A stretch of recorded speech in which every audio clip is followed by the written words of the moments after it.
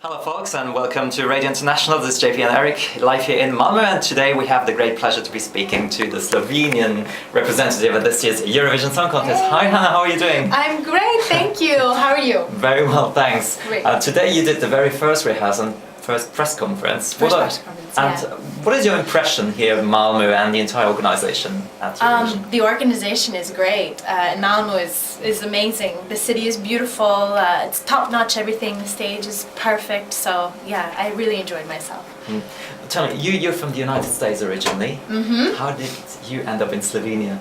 I ended up in Slovenia because I'm married to a Slovenian man. He and I met in America, and eventually we moved to Slovenia together. So were you acquainted with Eurovision back then when you lived in the US? Yeah, I've actually known about Eurovision since I was a little girl. Yeah. You still have family living over there? Yeah, my family's still in America. So are they going to be able to follow the show and watch it on TV? Yes, they're trying to figure out how they can do that, some sort of a live stream or something. Yeah, they're definitely on that track, trying to figure it out. But you've always been in the music industry. I've heard in the press conference that you even took part in the Jay Leno show. Yeah, I've done a lot. I lived in LA for about 9 years, and I did a lot there. Well, that must have been amazing. Yeah, it was great. It was a great experience, definitely. Yeah, wonderful. What are your expectations from taking part in the Eurovision Song Contest for your career? Expectation-wise, I think it's just the opportunity to be a part of such an amazing contest. It's got such history and such a huge honor. Like, expectation-wise, it's just having that memory of unforgettable lifetime experience. Would you want to do that experience one more? Sure, I would. I don't know if I could do it again as an American again for Slovenia, but of course I would love it. So how were you selected in order to represent Slovenia?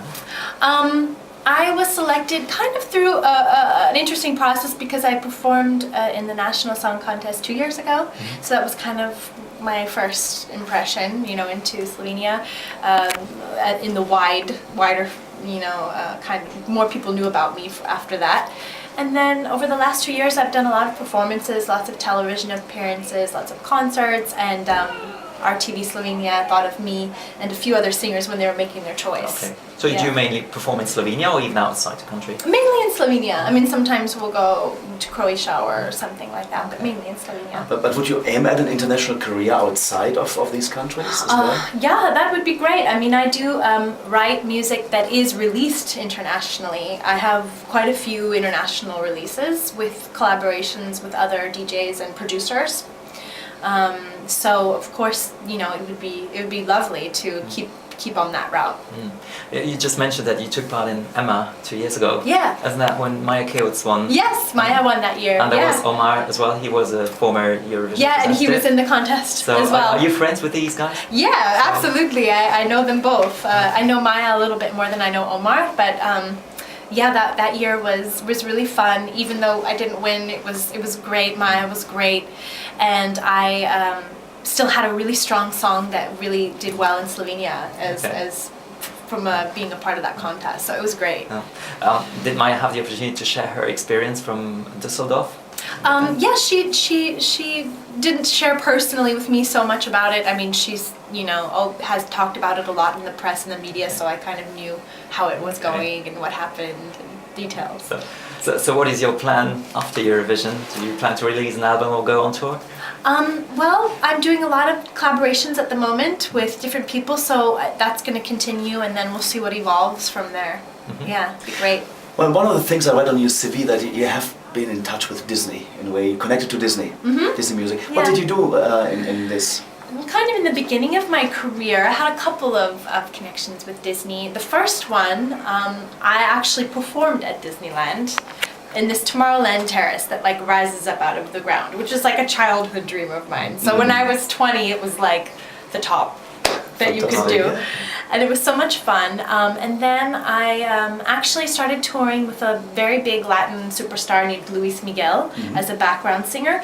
And I recorded his album and then toured with him 3 times, but he was also part of singing for a Disney film, Hunchback of Notre Dame, the Spanish version. And I sang backups on that theme song for Hunchback of Notre Dame in Spanish. Amazing. Okay. Yeah. Could we hear a piece on that? I don't even remember. Seriously, I don't remember it.